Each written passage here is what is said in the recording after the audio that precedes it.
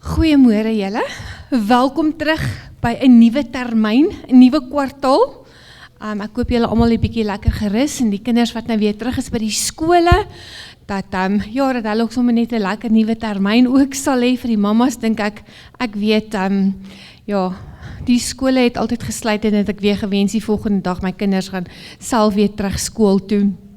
So ja, as ons maar net vir oggend vir 'n paar van ons sissies in gebed kan hou. Monica se male, sy is by haar male, sy sorg vir haar ma en haar sissie. Haar ma het 'n heupvervanging wat sy kry en haar sissie moet vir toetse gaan vir Tannie Bets wat nie vir oggend hier is nie. Hulle gaan hy steek op haar neus uithaal en ons glo en vertrou die Here dat daar regtig waar net totale genesing daar sal plaasvind. Ons vriendin Karen wat vir oggend gaan vir laser op haar oë. Is net die een oog, nee, ja, vir Karen met die laser, as ons maar net vir hulle almal in ons gebede kan hou, en ek glo van volgende week af sal ons voltallig wees. So net welkom terug aan almal. JC, ons begin vandag met Jakobus 4, ons is amper klaar, 4 en 5 is oor, maar Jakobus 4 dink ek is een van ons amazing hoofstukke, dis 'n hoofstuk wat ons ook baie gebruik in bediening en bevryding en so aan. So die Here het my net regtig waar vir oggend kom herinner in 2 skrifte wat ek met julle wil deel. Die eerste een is Isaiah 43 verse 19 wat sê, "See, I am doing a new thing. Now it springs up. Do you not perceive it?" So mag ons regtig waar net ons oë gefokus hou op dit wat God in hierdie nuwe termyn vir ons beplan het, vir ons kerk, vir die vroubediening, die van julle wat by die Blossom and Bloom was, dit was awesome and amazing geweest. Ek hoop julle plantjies groei, soos wat myne groei, dit is so awesome. En dan die ander skrif wat die Here op my hart kom lê het, was Klaagliedere 3 vers 22 en 23 wat sê, His mercies never come to an end. They are new every morning and great is your faithfulness. So mag hierdie termyn regtig waar net vir ons gevul wees met al die nuwe dinge wat die Here vir ons het en mag ons saam groei in sy woord. Mag ons groei in sy woord en mag Heilige Gees ons regtig waar op hierdie Vrydagoggende die woord kom oopbreek. Julle weet, Siloam is absoluut net woord georiënteerd. So kom ons bid dan saam, en dan gaan JC ons gaan eers weer worship, en dan gaan JC vir ons woord bring vir oggend.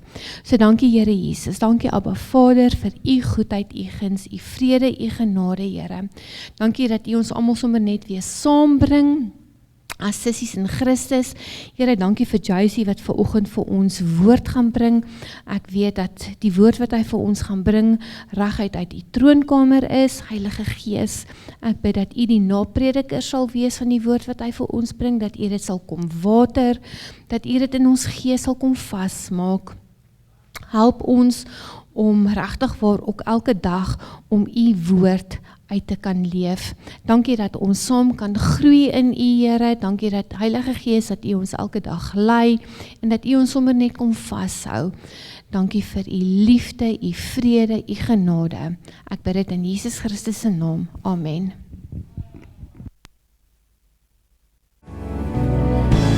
Amen, amen en amen. Wat 'n mooi liedjie, een van daai oues. Ek het dit like het kwai. Weet nie of julle hom so goed ken soos ek nie, maar ek ken hy goed. Dis een van die wat as ek eendag deur die moslems gevang word en ek sit in 'n tronk, sal ek uit my kop uit kan sing. Dis een van daai.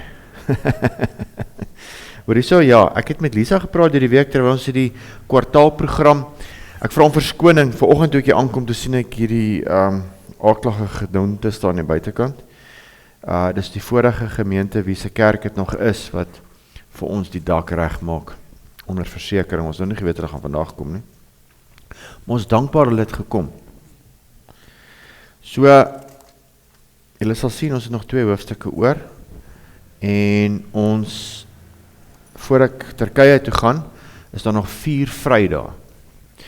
So, ons gaan dit opdeel mooi, Jakobus 4, wat ons nou mee vandag begin, sal in 2 dele wees, en dan Jakobus 5 in 2 dele, maar julle sal sien die res, ek gaan nou vanoggend doen Jakobus 4 vers 1 tot 12, volgende week Jakobus 13, 4 vers 13 tot 17, maar ook 5, 1 tot 6, so hy gaan so oor mekaar loop. En dit is baie, dit gaan net presies reg uitwerk vir ons in 2 mooi sessies. Alright, ek gaan vir ons bid. Vader, dankie, ek loof en ek prys die naam, ek eer die naam, vanoggend waar ons hierdie Jakobus 4 gaan mee wegspring hierdie kwartaal, met die lawaai buitekant, alles, Vader, Heilige Gees, dankie dat U vir ons die vermoë gee, om vandag nog steeds te kan luister en op te let, en te geniet, wat U vir ons wil oopbreek, in hierdie hoofstuk, deur hierdie wonderlike brief. Ons bid en ons loof en ons prys die naam, dat die woorde van my mond en die oordenking van ons harte vir goed sal wees. Amen. Daar sê met die opname bode daarmee, so te lawaai nie, ek glo daarmee. So julle kan maar net weer luister met die opname wat ons vermaak. Jakobus is eintlik vir my, ek sit vanoggend te dink daaraan, 'n baie militante Christelike boek. Julle moet onthou dat ek vir julle gesê het dat hierdie Jakobus wat hierdie boek geskryf het op stadium alleen gestaan en hy is ook alleen doodgemaak vir die geloof. Hier is nie ligte boere musiek hierdie goed nie. Die eerste Christene was totaal en al uitverkoop aan die Here. Totaal en al. En hy wil hê sy lesers moet ook uitverkoop wees aan die Here. Hierdie is nie gemaak vir ligte broek Christene nie. Hierdie is gemaak vir Christene wat gededicated is. Dedicated Christene. So hy kan dalk hard oorkom, maar hulle was in harde tye, hulle is almal vervolg en hy het met sy lewe betaal. So, dis wat het geskryf is. Vandag moet ons ook onthou dat die Bybel, het 2 goed gebeur met die Bybel wat nie eintlik baie goed was nie. Een paus het vir ons die Bybel in hoofstukke opgedeel. En 'n ander paus het vir ons die Bybel in teksverse opgedeel. Dit was nooit so nie, dit was briewe. Hierdie was 'n brief.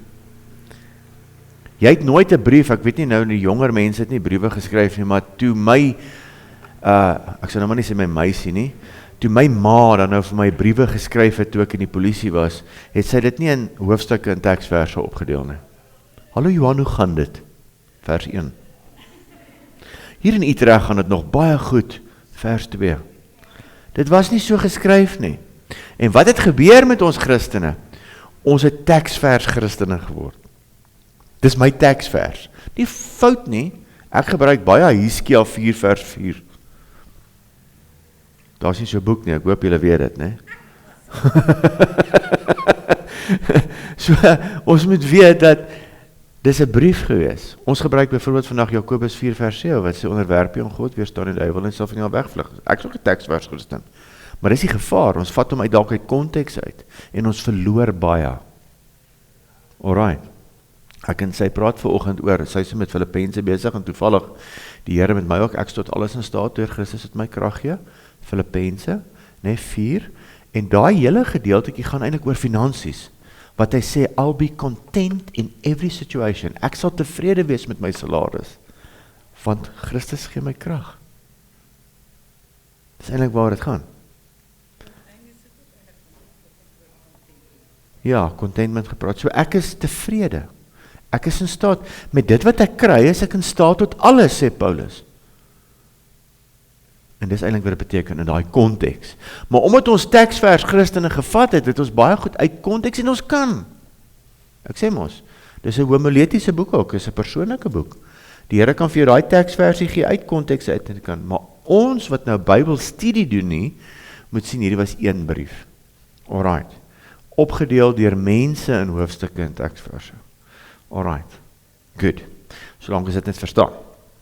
Goed, Jakobus hoofstuk 4. Jakobus se tema heeltyd 'n lewende geloof, 'n bewys van 'n regverdige leefstyl en goddelik gedrag. 'n lewende geloof. 'n lewende geloof, ons kan heel oggend daaroor praat. Dis nie net 'n Sondag kerk toe gaan geloof nie. Dis elke dag geloof. 'n bewys van 'n regverdige lewenstyl, so ek sê ek glo in Christus, bewys dit vir my deur jou lewenstyl. En goddelike gedrag. Hoe wil God hê moet ek in elke situasie optree? En ons almal dryp daai, né? So, en maar ons leer daarom uit. So, Here, help my om volgende keer in so 'n situasie beter Christen te wees. Nie doktrine, wanneer gaan ek nou daai spelfout regmaak? Nie doktrine nie, maar eerder praktiese Christelike etiek. Ek sê vir myself elke keer, en dis nou een van die eerste slides daar. Okay. Goed. Hoofstuk indeling, dan hoofstuk 1 is oorwinnende geloof, geloof wat oorwin, hoofstuk 2 manifesteerbare geloof, waarneembare geloof, hoofstuk 3 beheerbare energieke geloof, nou hoofstuk 4 is onderdanige geloof. Submit, ons gaan hierdie woordjie baie hoor vandag, submit, onderwerp jouself aan God, submit yourself to the ways of God. Hoofstuk 5 dan geduldige en afwagtende geloof. Great. Good. Die boek handel eerstens, hoekom is daai vir my so lekker? Die boek handel eerstens die natuur van ons geloof, tweedens die, hy het lelik uitgekom, en ek wonder hoekom het hy nou so uitgekom. Kom, ek gaan hier so moet kyk. Dylan, ek weet nou nie wat daar aangaan nie, maar ek gaan gou hier op my iPad moet kyk. Laat ek hom van daar afvat. Sal jy vir my forward, ek gaan sommer nou hier so net op my iPad werk. Ek kan nie verstaan hoekom het hy so uitgegooi het nie. Ons gaan gou terug. Daar so. Ek sal moet seker maak hier so. Want ek raak nou so fancy met my slides, ek raak te fancy. Ja, hy kom mooi op die PDF uit. Ek weet nie hoekom het hy nou so uitgekom hier so nie. Op die PDF het hy mooi gekom. Dus ek kom ek ook nou vir my PDF gaan werk of hier so. Waar is ons nou by books? Daar sê en library en Jakobus, daar hy. So. Ek gaan net my goed afsit hier so. Ok. Die boek behandel eerstens die natuur van ons geloof, tweedens die natuur en karakter van God, derdens die dag tot dag gedrag van 'n Christen. Jy sal dit op die PDF sien. Geloof as die beginpunt van die Christen se wandel in die nuwe lewe saam met Christus, dade in die lewe van 'n Christen in totale oorgawe omrede die kind van God in Jesus glo, volwassenheid in die karakter van 'n Christen, karakter ontwikkel tot volkomheid en heelheid. Onthou, dit klink nou na baie woorde, nee, maar onthou net, jy het die Here ontmoet, jy het gedink jy het hom geken, maar toe jy weergebore geraak het, het dit niet geword, dit is anders as wat jy dalk in jou tradisie groot geword het. So onthou altyd, jy is gered, salvation, dis die stappe. Die volgende ene is, nou word jy heilig gemaak tot jy doodgaan, dis sanctification. Hierdie is jou sanctification, Jakobus praat baie oor die sanctification proses. En dan glorification, glorie, die dag as jy doodgaan, want dan is jy eers perfek. Alright, good. Onthou dit, moet nie so hard wees op jouself nie. Ons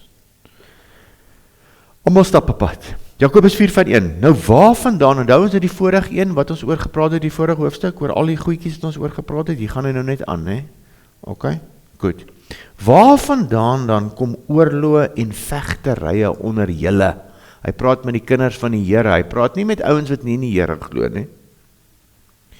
Kom hulle nie hier vandaan van julle welliste wat in julle lede stryd voer nie. Welliste, ons begeertes in ons liggaam. Jy sien, ons gaan vandag baie praat oor die verskil tussen jaloersheid, jealousy en envy. Ek kan het klaar weer vergeet wat die Afrikaanse woord vir envy, maar ek het dit in my slides in. Afguns. Alright. Afguns, jaloersheid is, afguns is so, kom ek verduidelik het sommer in verhoudings. Ek sien, daai ou se vrou is mooi, nou wil ek haar hê, maar dis nie my vrou nie. Jaloersheid is, wanneer my vrou by daai ou aanlê. Verstaan nie? Dan is ek jaloers op my vrou, want sy is myne. Sy is myne. Afguns in hierdie konteks is, ek is op 'n manier jaloers, ek soek daai wat daai persoon het. Dis envy eintlik. I'm envious towards that person, because he has something I don't have, and I want it. En dis hoekom hy dit nou sê, so, en dis maar net in verhoudings, en ons kry, dit mos nou baie, nee? Veral die ouer manne, as hulle vrouens nou nie meer so mooi is, daai jong girl wat hy getroud is, hy 20 was nie? Nee? Ons kry dit baie, ek bedien baie sulke ouens, hoor, is verskriklik. Ja, hy vergeet ook. En hy weet, daai jong poppie gaan nie by hom staan die dag as hy op sy siekbed lê nie. Nee, maar die vrou van sy jeug sou by hom gestaan het, maar hy het haar toe nou gedrop, of wat ook al. Alright, so, hoe stop ons bekleierery? En hy wys vir ons vers onder mekaar, vers 11 en 12, met onsself, vers 1 tot 3, want ons moet nou leer om onsself te onderwerp aan God. En dan hoe bestop ons bekleierery met God, vers 4 tot 12. Wanneer broers eengesind saam woon, Psalm 133, hoe lekker sal dit wees, as die kerk van Christus, wat in Handelinge weggespring het as een kerk, een denominasie, nog steeds een kon gewees het. Hoe wonderlik sou dit nie gewees nie, hoe sterk sou die kerk nie gewees het nie. Maar waar is die kerk vandag, 2000 jaar later? Hoeveel honderde denominasies is daar? Jy sien wat die vyand reg gekry het. Nou, ek wat uit 'n militêre agtergrond uitkom, het 'n boekie gelees van Mao Zedong, Guerrilla Warfare. En weet jy wat? Hy het van Sun Tzu se boekies gebruik, en daai goed is 100 jare oud. As jy 'n weermag wil wen, 'n sterk weermag, verdeel hom. Verdeel en oorheers. En dis wat die vyand gedoen het met die kerk. Hoekom? En hy gaan dit vir ons hierso sê. Hoekom? Hoekom is daar oorlog en vegterye onder julle kerkmense? Hoekom is daar? Kom hulle nie hiervandaan af nie, van julle welliste wat in julle lede stryd voer, want weet jy hoeveel jaloesie, kom ons gebruik die regte woord, afguns is daar in die kerk. Almal hou van oom Angus, maar baie ouens is jaloers op oom Angus, hulle wil praat soos oom Angus.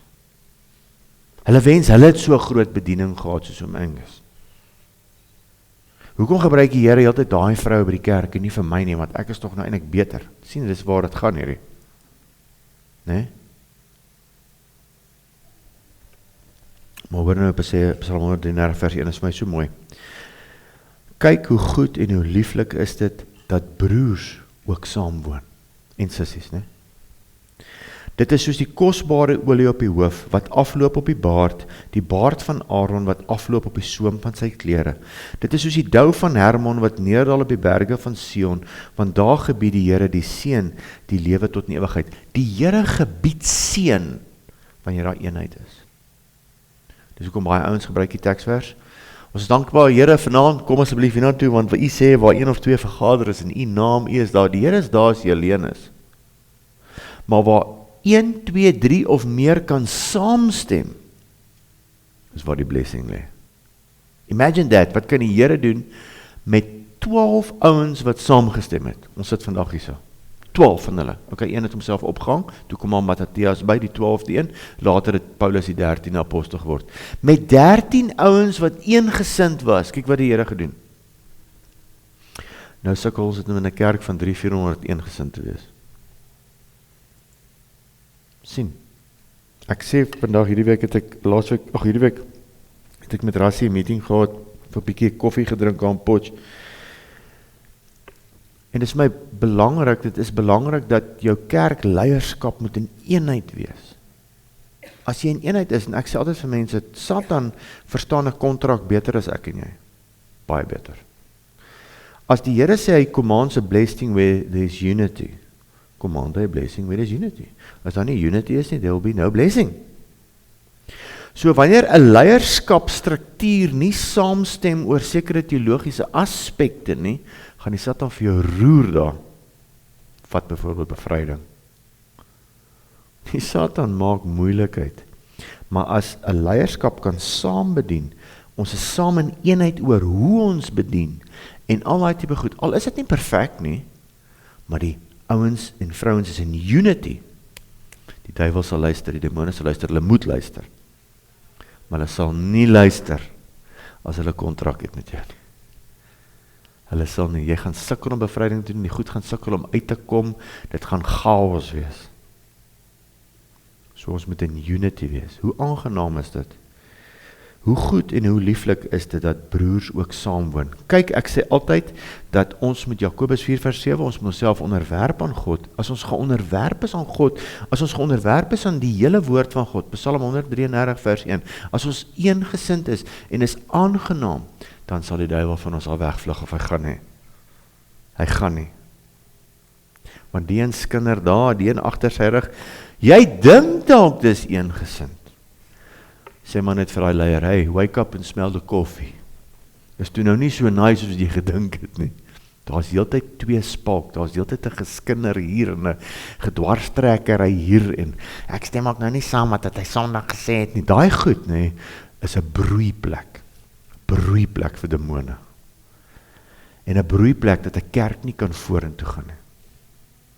Moeilik, né? Dis hoekom dit so belangrik was dat, nou wys ek so toe, dat Jakobus hierdie brief skryf vir die kerk.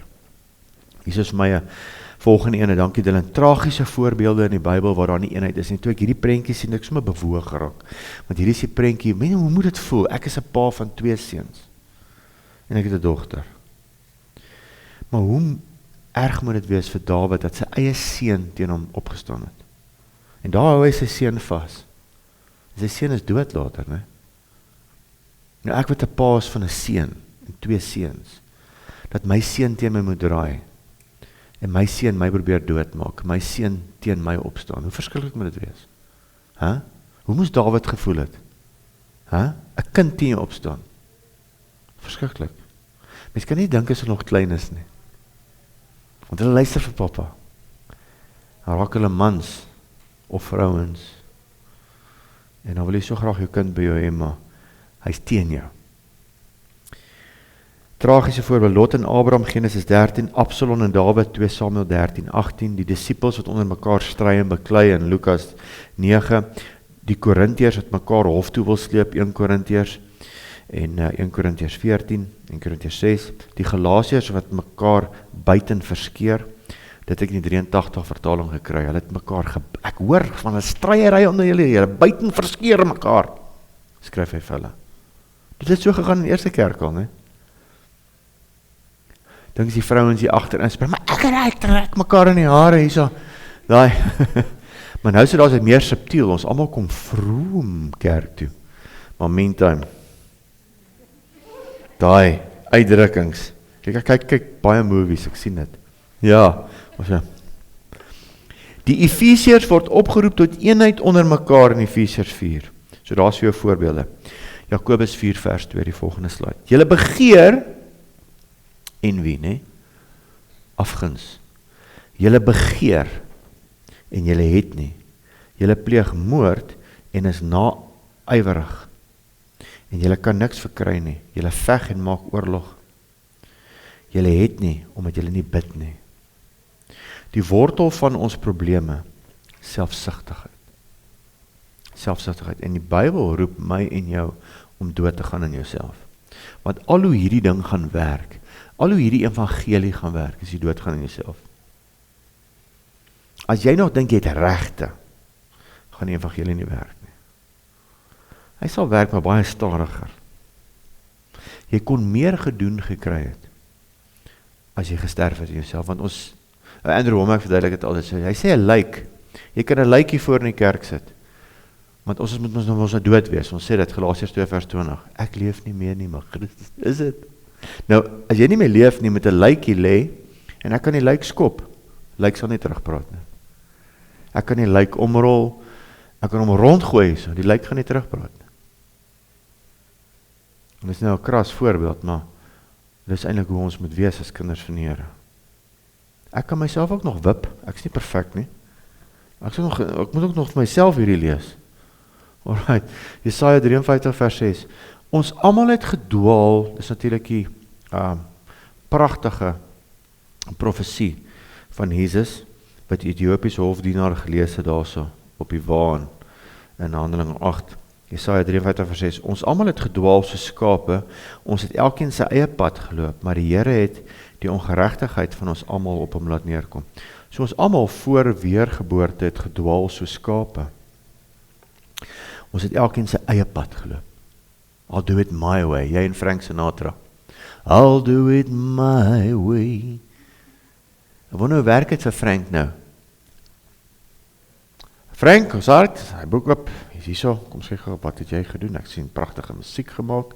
Ek sien jou nommer 1 treffer is, I'll do it my way. Dit is heeltemal teenstrydig met die Bybel. We do it his way. Nee? Yes, mag ek nie daai op my CV hê as ek in die hemel aankom nie. Dat verskriklik wees. Jy het 'n t-shirt, I did it my way. Alright. Vers 1 tot 3 is oorlog met die eie ek. Jakobus 4 vers 1 tot 3. Galasiërs 2:20. Ek is met Christus gekruisig. Ek leef nie meer nie. Dis my vrou se gunsteling teksvers en sy het ons nou gesê Sondag. Sy het 'n ring laat maak wat nou gesteel is natuurlik. In Israel in 2010 en sy het daai teksvers daarop gesit. En daai Jode ken dit nie. En dis 'n Joodse hy sê, doodgaan aan self. Wat is dit? Galasiërs 2 vers 20. Ek is met Christus gekruisig en ek leef nie meer nie, maar Christus leef in my. En wat ek nou in die vlees lewe, leef ek deur die geloof in die Seun van God wat my lief gehad het en homself vir my oorgegee het. Ons het nou pas naweek dit gevier. Hy het homself vir jou gegee sodat jy die grootste geskenk wat hy vir jou kan gee, as jy kan doodgaan in jouself. Want die eie ek is taaf en die eie ek word groot gemaak van kleins af. Botteltjie melk, gee vir ek. Dus moet die ek voer. En dan ongelukkig party ouers kill their own children out of kindness. Ek gebruik ons altyd die voorbeeld van 'n broodboom. Ek versamel nog steeds broodbome. En die grootste ding wat jy met 'n broodboom kan doen, die aakligste ding wat jy met hom kan doen, is vir hom te veel water te gee. Want hy lyk so dors. Ja. Toe maar hierdie uitheemse revolutas kan jy baie water gee. Hulle groei daar in Japan teen die heuwels van, maar ons het Afrikaanse saaikasse. Nee, jy moet nie baie water. Hy groei daar in die Oos-Kaap. Hy kry eenmal in 2-3 weke dalk water. Maar as jy by hom stap gee hom water, dan vrot hy. En 'n sê ding onder broodbome is, you kill it out of kindness. En so maak ons met kinders ook. You kill them out of kindness. Want my ou broertjie, ons betaal maar nog 'n snoepie geldjie oor. Nee, die klein nerfkind soos ek, mamma het broodjies eet. Nee? Dus ek moes my pa laat daai tyd, ek was nie vermoë om te kan SMS of wat's nog van SMS, WhatsApp. Maar asseblief, ek is so dors. Oor vir die ou bloetjie, gee vir hom. Nee, elke persoon maak sy eie kind groot, julle weet. Maar, don't kill them out of kindness, want nou voer jy die vlees van kleins af. En nou word jy eers skielik 'n born again Christian, nou word jy van vas, en alles, nou raak het moeilik die goed, nee? Want jy is gewoond om altyd vir jou liggaam ja te sê. As jou liggaam, dokter toe, hy praat met my, ek moet dadelik gaan. Sien, ons moet begin nee sê vir jou liggaam, en jou gees moet sterker word, teen jou siel en jou liggaam. Dus hoekom ons moet sterf vir onsself, ons effektiewe Christene kan word, die soos 'n Paulus kan word, wat hulle slaat om met stokke, as hulle my die eerste keer so met stokke slaan, ek boek 'n jaar afsoek. Ek mag mos. Nie hy nie, hy het aangegaan met sy job. Hy het nie 'n siekbrief gestuur na die kerk in Jerusalem toe nie. Hy het aangegaan. Nie ons nie. Nee, hy gaan 'n siekbrief stuur. Nou simpel voorbeelde, maar ek sê net, ons moet meer, in die tyd wat nou vir die kerk voorlê, kan ek vir julle sê, het gaan baie erger raak, voor het gaan lekker raak. Kom, ek beloof dit vir julle, ek hoef nie 'n profeet te wees nie, want die Bybel sê so. Ons is in die laaste dae van die kerk. Die mensgemaakte plastiekkerk, daar is 'n liedjie van hierdie ander groep, plastiekkansel. Nee, die plastiekkanselkerke, daai mense gaan nie staan in die kerk nie. Maar die wat aan hulle self sterf, en uitverkoop is vir die evangelie. Ons gaan 'n fighting chance hê. Watch my volgende prentjie. Elsie sê vir my, yes, mens is allemaal dramaties. The Madison, is 'n nuwe reeks uitgekom het. Dis baie goed, julle vrouens sal dit like. Hierdie vrou, Michelle Pfeiffer, sy het haar man verloor. Nou gaan sy terug met haar hele gesin wat in New York in die beste plekke groot geword het. Gaan nou daar om die pa se voetspore te volg. Sy wou nooit saam met hom vakansie gaan nou daar nie. Wat hy eenmal 'n jaar saam met sy broer gaan fly fishing doen het, en hy het so geniet.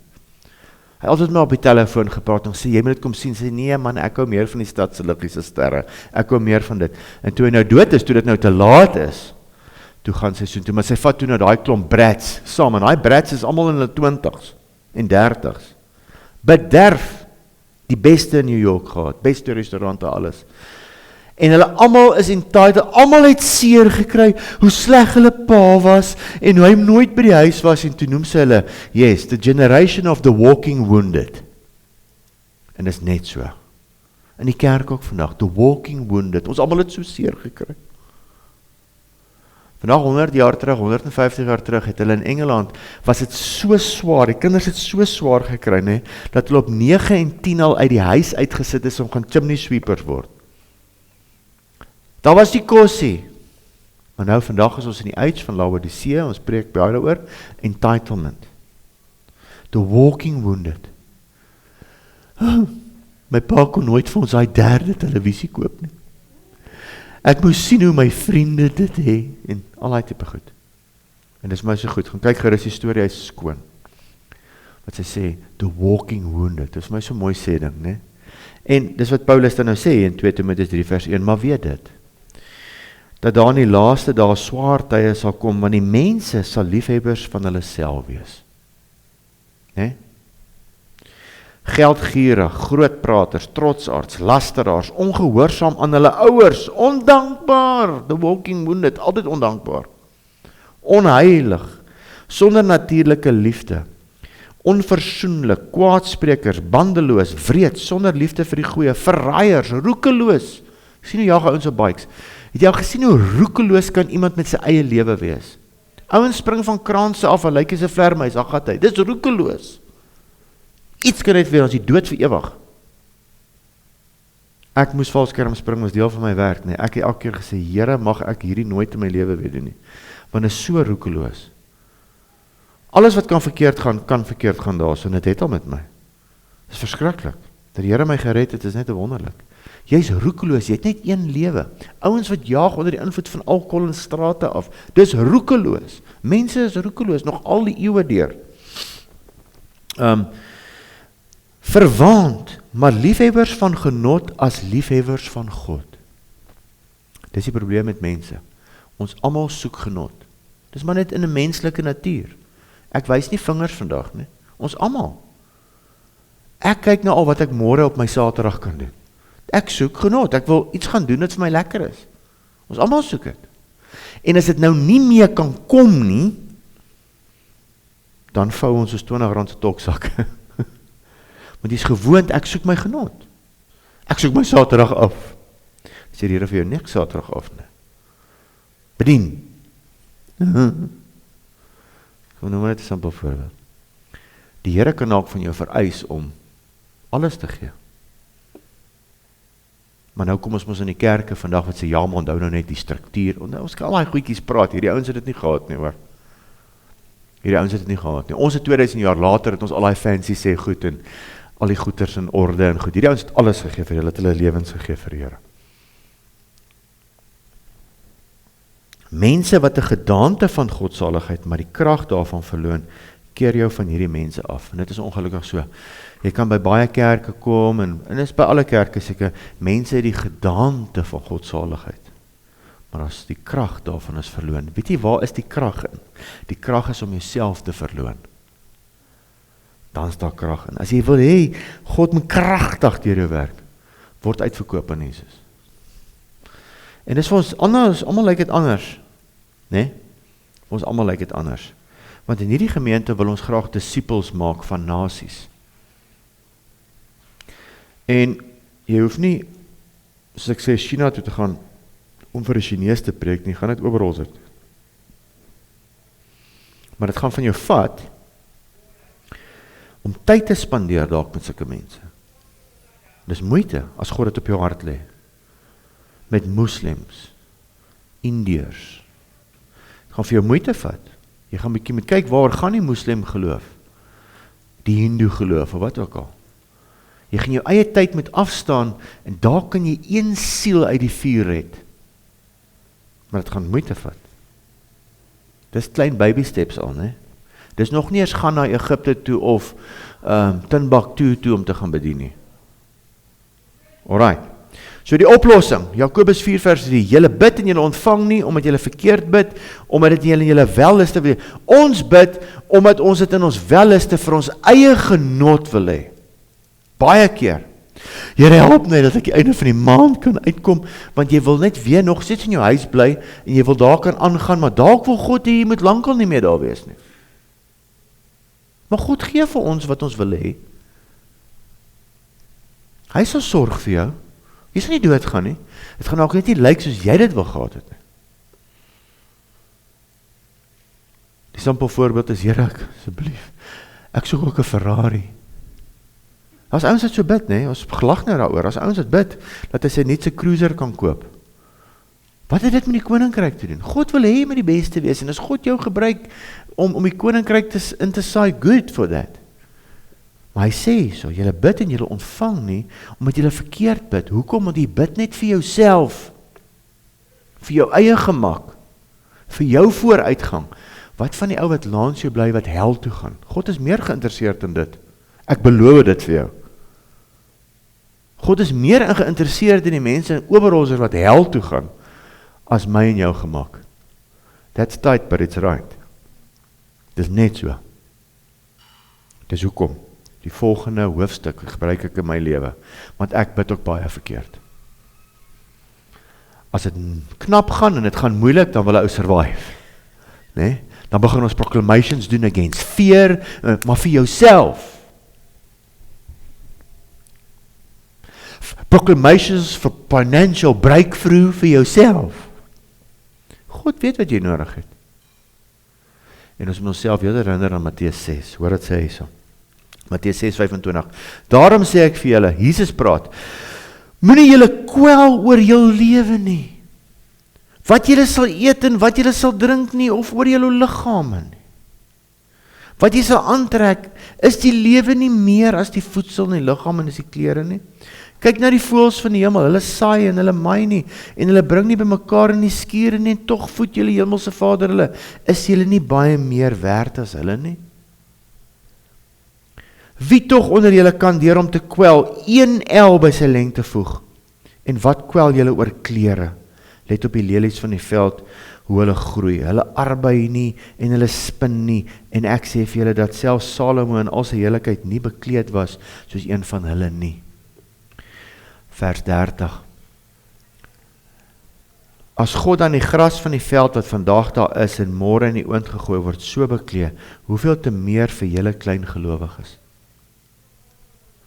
Daarom moet julle nie kwel en sê, wat sal ons eet, of wat sal ons drink, of wat sal ons aantrek, en wat van my man se werk, en wat van my werk, en al daai tipe goed, nie? Want na al hierdie dinge soek die heidene, die nie gelowig is.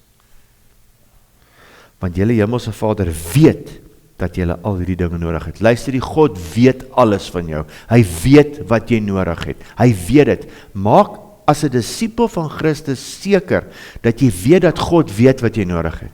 Jy hoef nie 'n lysie na hom toe te bring nie. Dis hoekom elke oggend, ek leer my seuns dit ook, elke oggend, ek en my vrou en Giep staan daar en ons bid hierdie vers, Matteus 6:33, maar Here, ons soek u koninkryk, en ons soek u geregtigheid, want u weet wat u by ons lewens moet voeg. Hy weet. Hy sal voor my weet, ek hoef eers my vrou te vra of my hemp uitgewas raak nie. Dan sal ek 'n nuwe hemp kry. Dis die tipe geloof wat God ons toe na roep. Hy weet. Dink jy of, Here, ek wil u net herinner, ek weet nie of u vergeet het nie. Hoe kan God vergeet? God kan nie vergeet nie. Jy het jou hand opgesteek om sy disipel te wees. Jy het jou hand opgesteek om sy kind te wees. Dan weet hy mos. Ek moet myself elke dag van my lewe hieraan herinner. As ek in die oggend 1 uur, 2 uur wakker raak oor bekommernisse oor die kerk, die Here weet wat ons nodig het by die kerk. Hy weet. Hy sal vir ons die deur oopmaak. Ons het as leierspan besluit, dankie Here, ons sal hier tot u die deur vir ons oopmaak. Ons gaan nie weer vra nie, ons het ons nou gevra. Of het God vergeet? Here, ons herinner nie, dit raak nou 'n bietjie knap hier binne. Die kindertjies speel al by die klaskamer uit. Die badkamers is bietjie min. Ek hoef nie, God weet wat ons nodig het. En in ons eie lewens ook. God weet wat jy nodig het. Soek sy koninkryk, soek sy geregtigheid, baie maklikheid om geregtigheid te verstaan, sy manier van dinge doen. Here, ek soek u koninkryk in my lewe, sodat ek dit na ander mense toe kan vat, en wys my op watter manier moet ek dit doen. Op u manier, nie op my manier nie. I'm not going to do it my way. Hoe wil u hê, moet ons hierdie kerk bou? Elke dag vra ons vir dit, en elke dag is dit vars manna. Want ek het vir die Here gevra, en ons praat baie in leierskap daaroor, Here, mag hierdie kerk nie gebou word, en bestuur en bedryf word, soos ons kerk ken nie. Mag dit iets niets wees, 'n vars reuk, aangenaam vir mense, wat jy net kom met 'n vars wees. Toe ek vanoggend Carleton wil toe ry, nee, jy kan daai herfs ruik, is 'n lekker reuk herfs. Herfs is my gunsteling seisoen. Winter is nou nie so nice nie, maar herfs is lekker. Jy ruik die gras, jy ruik die blare wat val. Dit is vars. En mag kerk so wees. Lente en herfs is die lekkerste seisoene. Winter is nou weer te warm, soos daai beertjie se pap. Nee, hierdie is te warm. Hierdie is nou weer te koud, hierdie is net reg. Daar's 'n tyd in die herfs en 'n tyd in die lente wat alles net reg is. Is nie te warm, is nie te koud nie. Is net lekker. En mag dit so wees vir ons. Nee. Die wêreld, Jakobus 4 vers 4. Egbrekers en egbreeksters. Nou, God praat met ek en jy, want ons praat nou nog die heeltyd hier oor afguns en jaloesie. En ons gaan nou sien, ons God is 'n jaloerse God, en luister gou hierso, hy praat in hierdie hele hoofstuk met sy bruid. Hy beskou vir my en jou as 'n egbreker of 'n egbreekster in ons verhouding met hom, as jy na die wêreld toe gaan. En hy is jaloers daaroor. Hy praat met sy bruid, dis hoekom hy bruidtaal gebruik hier. As jou man jou verneek, is hy 'n egbreker. As jy jou man verneek, is jy 'n egbreekster. En dis hoe God met sy bruid praat hier. Egbrekers en egbreeksters. So hy praat met jou en my, hoor, is nie net met my wat hy praat. Weet julle nie dat die vriendskap van die wêreld vyandskap teen God is nie? Wie dan 'n vriend van die wêreld wil wees, word 'n vyand van God. God praat hier met sy bruid. Jy en ek is nou met hom getroud. Die dag toe jy weer gebore word en hy kom doen die besnydenis van jou hart en hy kom bly binne in jou, het hierdie nou sy huis geword. Dis sy eiendom. Ons het gedwaal soos skape, onthou julle nou daar? Jesaja 53? Maar nou dwaal ons nie meer nie. Nou is ek getroud, yes, met Elsie, maar ek is in commitment met God. Eerste. Ek is met hom getroud. En sodra ek wegdraai van hom af, en ek soek plesier in ander goed, is hy soos 'n bruidegom, wat jaloers raak op sy bruid. Want God is 'n jaloerse God. En hy gaan dit nie duld nie. Hy gaan dit nie duld nie, julle. 1 Johannes 2:15, moenie die wêreld lief hê of die dinge wat in die wêreld is nie. As iemand die wêreld lief het, dan is die liefde van die Vader nie in hom. En dit is met klein goedjies. God het my al getoets met klein goedjies. Nou, voor ek die Here geken het, was ek fanaties oor musiek. Fanaties. En op 'n stadium is al die plate mos weg, toe sit tapes, en toe sit CD's. En eendag, toe daar nog musikas was, stap ek daar in Clearwater Mall, en ek staan so, en een van my kinders nog klein, ek staan so met die pram. En daar kom toe nou nuwe hi-fi's uit met plate. Sê ek, yes. Sal dit nou nie awesome wees? Sê ek vir die Here so in my gees, om nou hierdie te kan koop. En nou plate luister. Dadelik sê die Here vir my, maak Andrew Womack plate. Andrew Womack is een van die ouens wat my geteach het. Nee, hy het nie plate gemaak. Jy moet sy CD's koop en tapes en jy moet op YouTube. Daai was daar nog nie YouTube nie. Andrew Womack maak nie plate nie. Eintlik in die Here se taal wat hy vir my sê, hoorie, so wat wil jy met daai ding doen? Jy sien, dit gaan my nou weer intrek. Ek ken myself. Ek ken myself. As ek vir die wêreld 'n pinkie gee, dan vat die wêreld my hand. Want ek hou van musiek. Ek hou van woorde. Ek hou van wat mense met woorde kan doen. Dis mooi. Daar's baie goeie musiek op buitekant. But most of them, soos Andrew Womack sê, It's got a catchy tune, but the words will kill you. Ons kan dit nie meer luister nie. Meeste van die ou country musiek kan ek nie meer luister nie. I'm so lonely. Nee, jy kan nie meer, nee. Ek sal nooit weer lonely wees nie. Sorry, ek is altyd saam met die Here. Ons kan nie meer daar gaan nie, nee. Jy kan nie goed saam neerie nie. Want lewe en dood lê in die tong, nee. Ja. Want alles wat in die wêreld is, die begeerlikheid van die vlees, jou mond water as jy daai kos sien draai en daai goed, nee? Of wat ook al, ek noem nou maar net simpel voorbeelde. Is goed wat ek nog fight hierdie hoor. Van die oë en die grootsheid van die lewe. Ek sê mos nou dag by die mannegroep, sit ek al met my Fortunerkie daar, ek kyk hoe Gibbs rugby speel, dat twee soeke ouens langs my in, met die cruisers se wiele kom en weet, joh, dis mooi. Maar dit is mooi, nee? Toe besef ek, hoor jy, ek sal nie eers een van die tyres kan bekostig, as jy 4 tyres op die ding moet sit. Nee? Van die begeerlikheid van die vlees en die begeerlikheid van die oë en die grootsheid en die lewe, van die lewe, is nie uit die Vader nie, maar is uit die wêreld. Die wêreld sal altyd goed offer. Beter is wat jy het. And then you start competing with the Joneses. Nee? Veral in familie. Ek weet, ek kom met 'n familiebesigheid, 'n familieopset uit.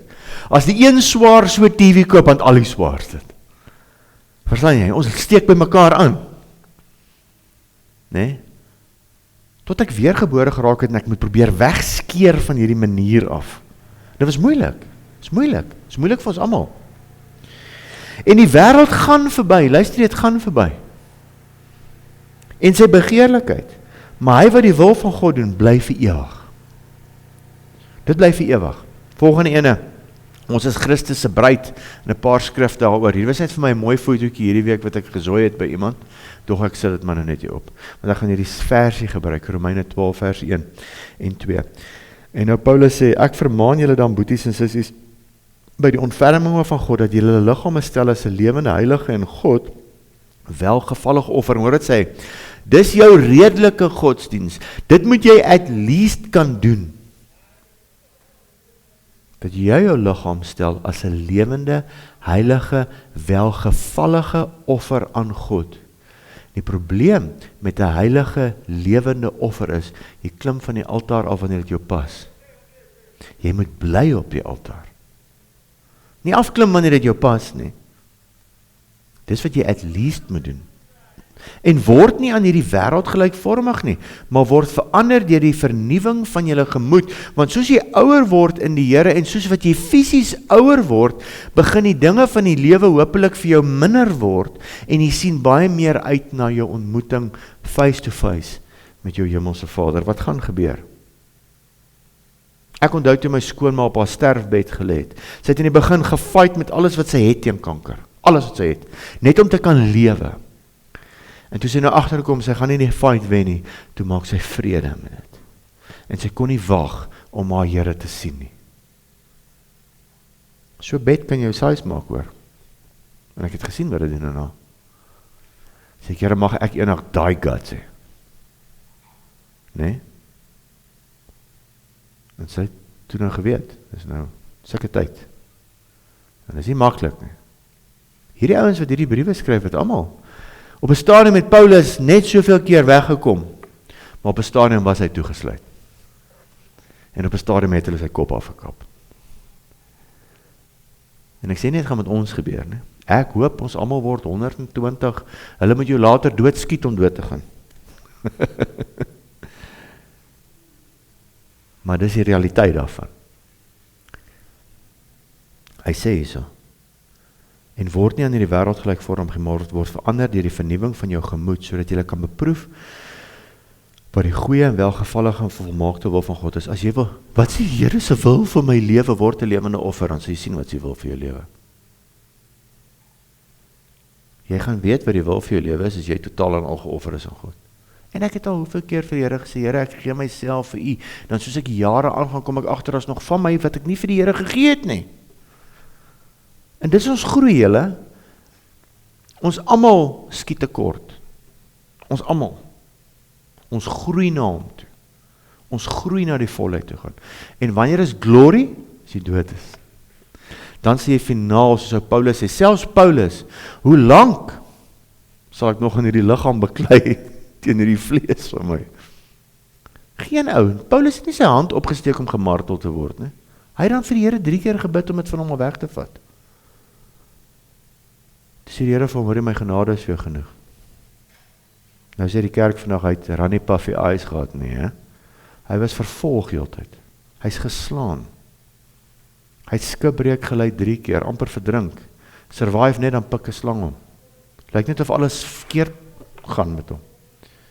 Maar 'n engel van die Satan is om in die vuis om te buffer om die evangelie uit te vat. Die vyand gaan alles in sy vermoë doen, dat jy nie sterf van jouself en die evangelie uitvat nie. Dat jy nie effektiewe, geoefende apparaat in die Here se hand kan wees nie. Nee? Is nog so 'n bietjie geroes. Ek gebruik militêre terme, as jy nie in jou gun kyk nie, ek van daai R5 span, as hy goed geolie is, of hy so, ek sukkel om met die JC aan, ek kan nie skiet met hom nie, hy is nog geroes. Jy moet 'n geoefende masjien wees. En hoe oefen ons, as hoeveel teksverse? Deur dit wat ons deurgaan. Dis hoe ons oefen. 1 Korintiërs 11:32. Maar as ons geoordeel word, word ons deur die Here getuigtig.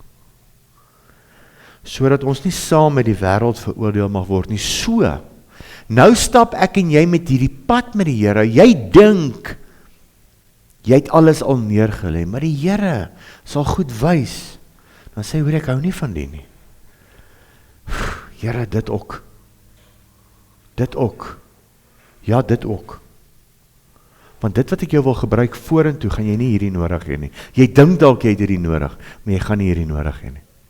Ek sit eendag in Malawi, nee, vir 'n week. Die aakligste omstandighede saam met Tiaan Gildenhuys.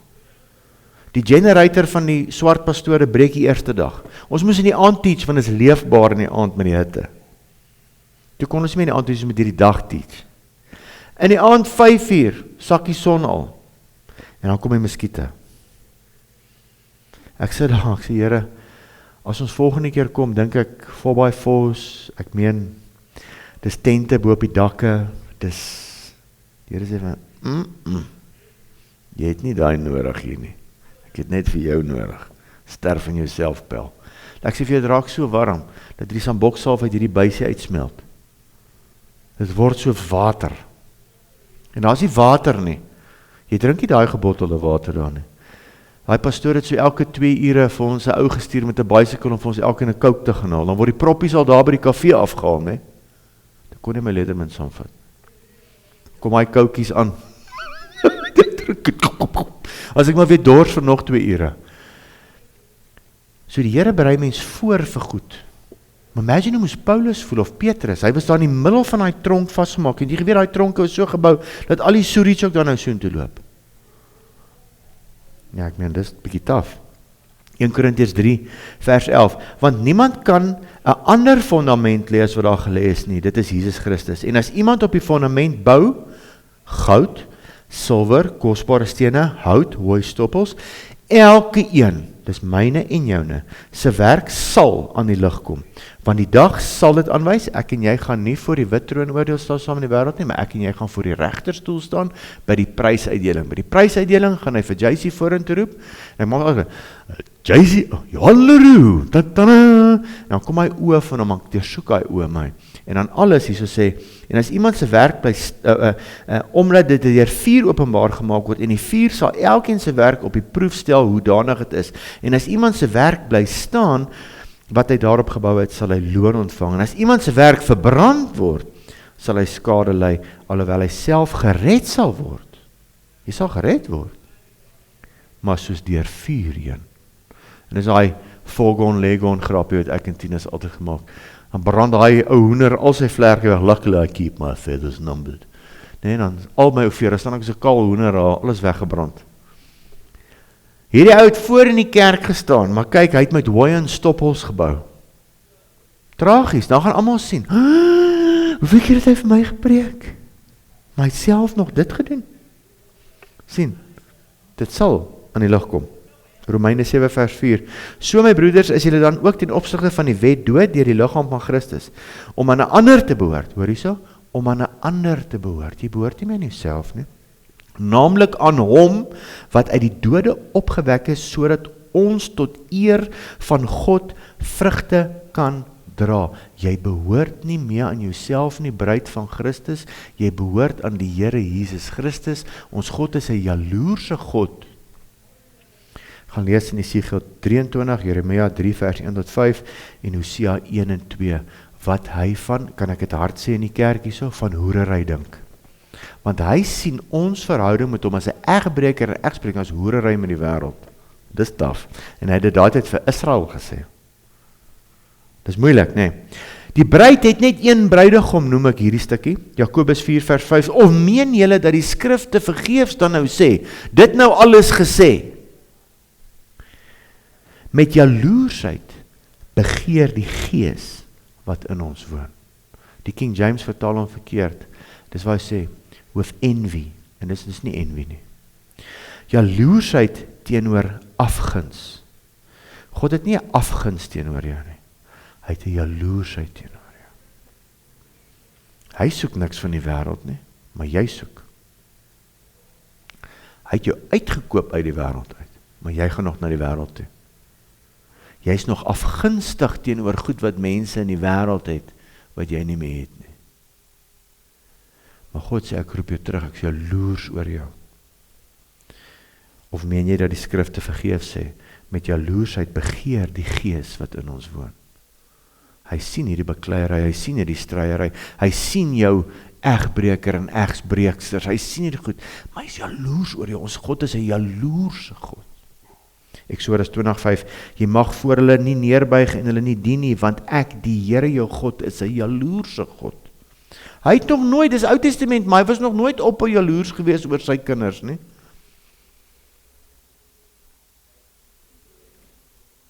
Dis hoekom dit vir 'n pa dan so moeilik sal wees dan op die einde van die dag, as sy dogter dan nou trou met 'n ander ou.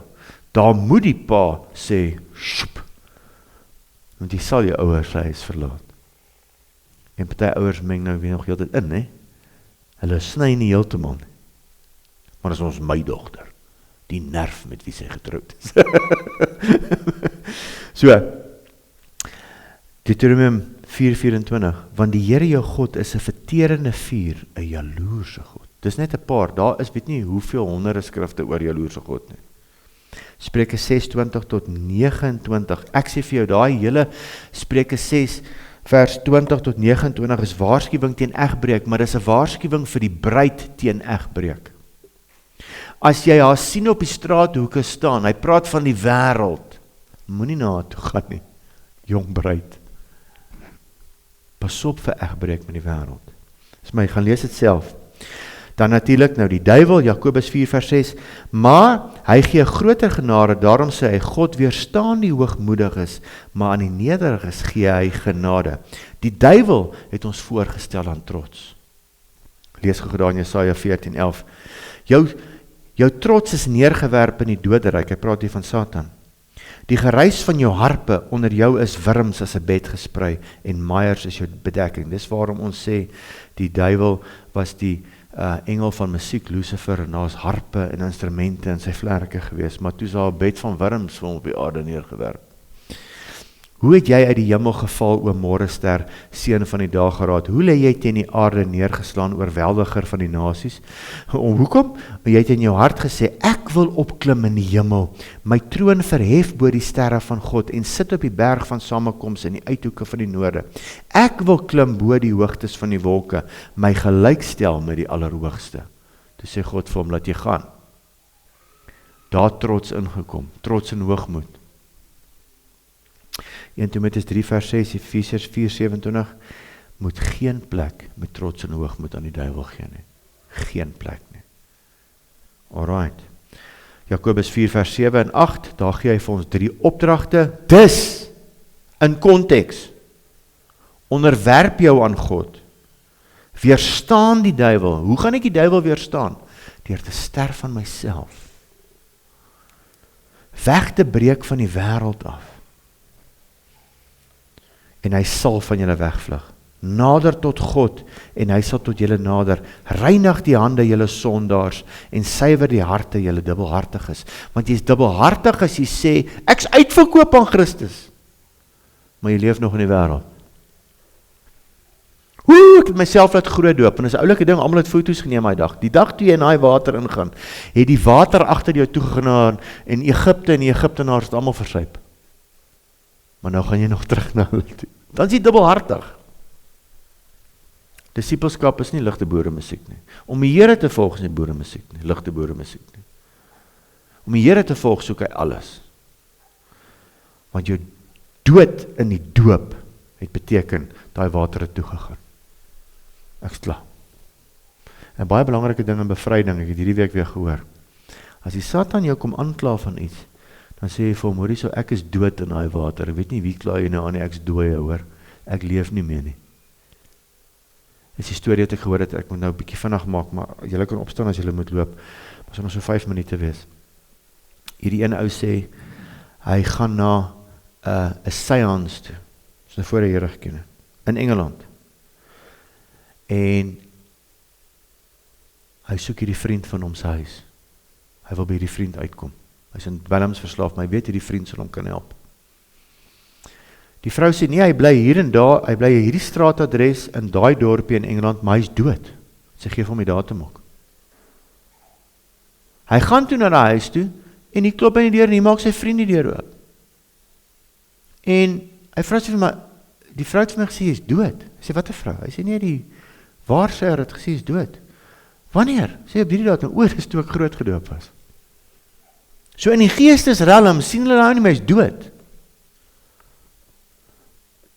Sien hoe belangrik is die doop? Jy is dood, of supposed to be, dood te wees. So die eerste opdrag, onderwerp jou aan God, submit. Is eintlik 'n militêre terme, om terug te kom in jou slagorde, kom terug in die ranks. Wat soek jy daar? Onderwerp jou aan God, sodat ons die duiwel kan weerstaan. Maar nou sien jy, nou is jy daar. Nee, kom onderwerp jou weer, kom weer in slagorde, kom geveg gereed. Verneder jouself, humble jouself, en reinig jouself. Here, vergewe my, ek het hierdie gedoen.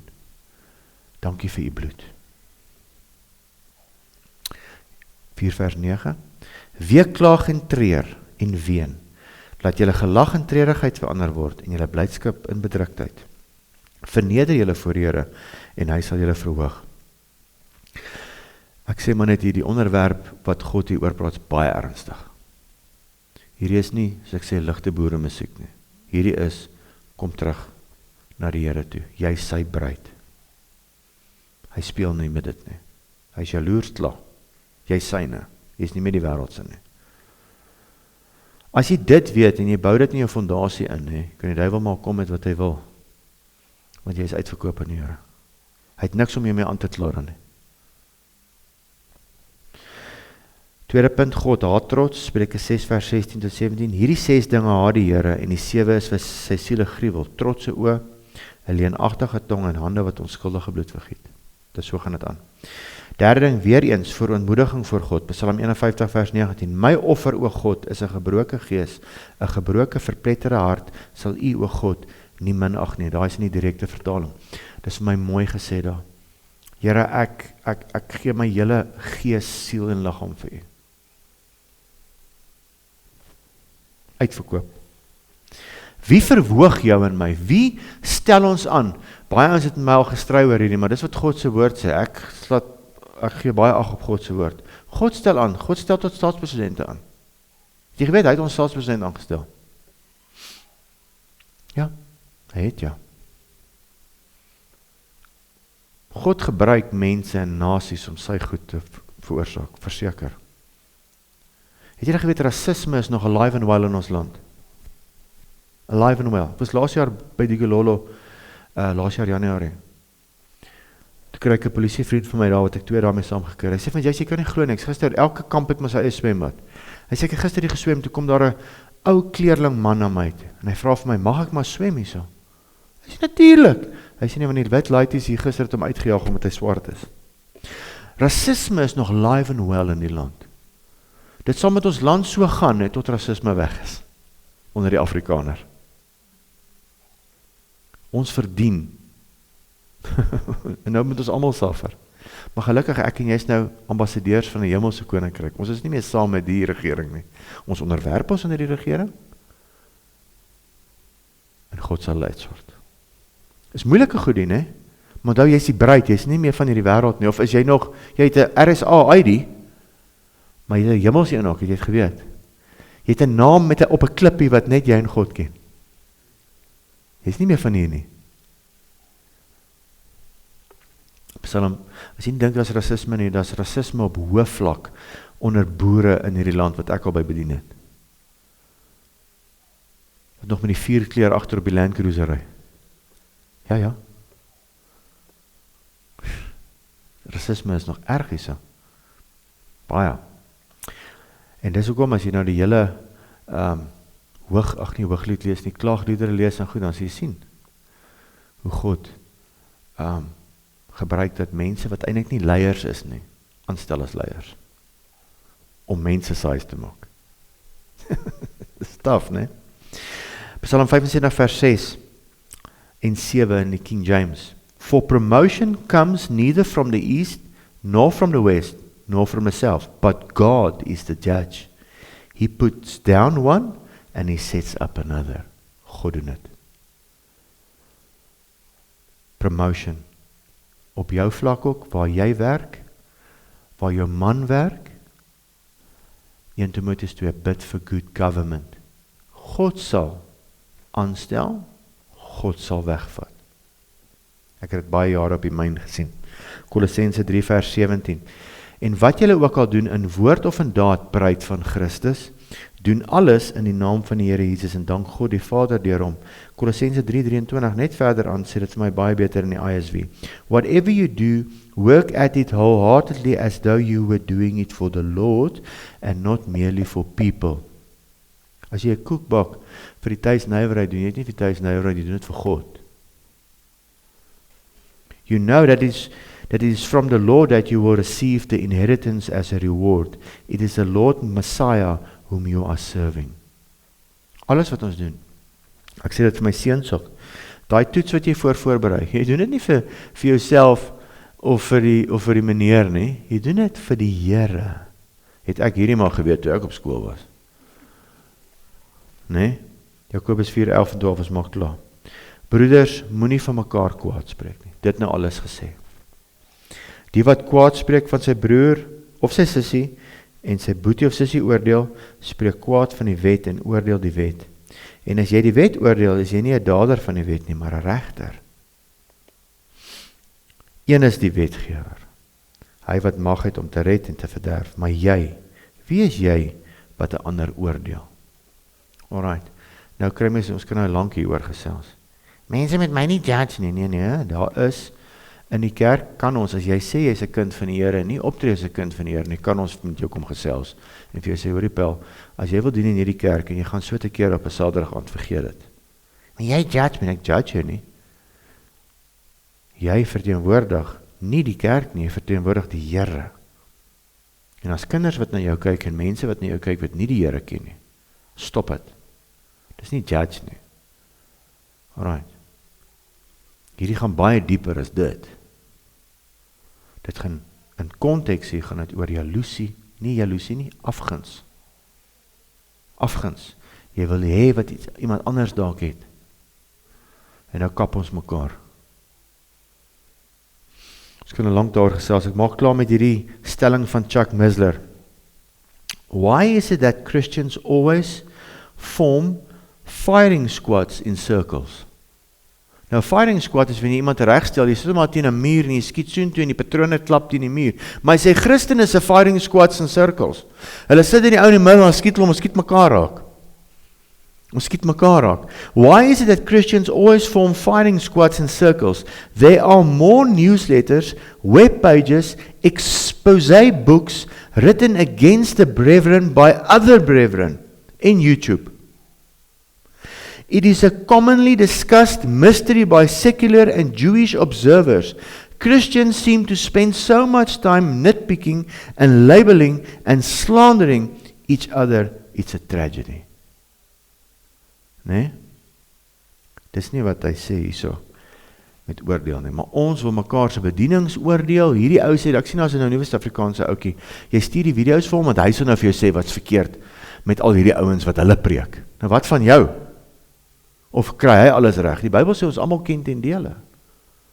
Maar nou is jy die ou aangestel deur die volk. Kom ons stuur ons video's vir so en so, en hy sal nou kyk wat's fout met hierdie ou se bediening. Wat 'n nonsens is dit? As jy 'n fout wil kry met hierdie bediening, kom jy na toe, jy gaan baie kry. Want ons almal ken ten dele. Ons almal ken ten dele. Nou ja, ek het aan die begin gesê, Jakobus is nie ligte boeremusiek nie. Jakobus is vir die bruid. Jakobus is 'n militante boek. Jakobus is besig om warriors te maak, want hy was een. Hy betaal met sy lewe.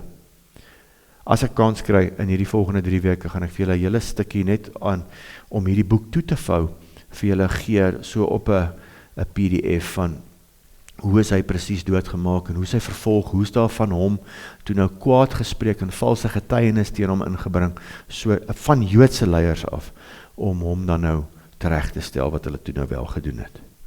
Alright, ja, en van die Christene het saamgestaan, want hulle het nie gaan gehou van die manier wat hy praat nie. Ons kan sien, hoekom nie? Nee, hy is nogal reguit, nee. Amen o ou me. Amen. Hoor Elisa, kan ons maar vir die mense sê, jy gaan ook nou nie wees in die volgende paar weke nie. Gaan ons vir hulle sê? Ja. Nee, sy gaan vir haar dogter kuier in Switserland. Ag in Seattle. In Seattle, net so 'n bietjie met die babietjie help. So aan en dan gaan ons haar kry in Turkye. Alles gaan mooi loop en alles gaan mooi loop met daai babietjie. Ons gaan sommer nou bid en alles is reg daai kant. Vader, dankie, ek loof en ek prys U naam vandag, baie dankie, mag U die naprediker wees van dit wat gesê is vanoggend, Vader, Jesusie, Here, hierdie is daarom nou eintlik, klink dit erg, maar dit is eintlik baie maklik, Here, as ons net sal sterf in onsself en vir U lewe, en ophou bekommerd wees oor die goed waaroor ons bid. Here, U weet wat elkeen van ons nodig het. U weet wat ons in ons verhoudinge nodig het, alles, ja, ons kan ons geliefdes opdra aan U, niks fout daarmee nie. Vader, en ons kan staan teen siektes, en ons staan teen dit, ons staan teen enig iets wat ons kinders wil beïnvloed, ons doen dit. Maar Here, U weet wat ons nodig het vir onsself. U ken ons finansiële statusse, U weet wat in ons finansies aangaan, U weet wat in ons huise aangaan. Vader, dankie dat U sal voorsien. U sê U sal voorsien in Matteus 6. U sal vir ons gee wat ons nodig het. Ons sal nie van honger te dood gaan nie, dankie Here. Here, ons eer U naam en ons loof U naam. Dankie Vader. Ons bid ook vir Tienes wat Sondag preek. Ons bid vir Lisa en die uitdagings wat voor lê. Ons bid vir almal wat hier sit en wat hierna luister. As daar enige uitdagings is, Here, dankie dat U vir ons 'n uitweg sal gee. Ons bid dit in Jesus naam. Amen en amen. Lekker julle. Ons is 15 minute oor die tyd, ek is jammer hoor. En dis net 12 teksverse. Alright, lekker. Dankie julle.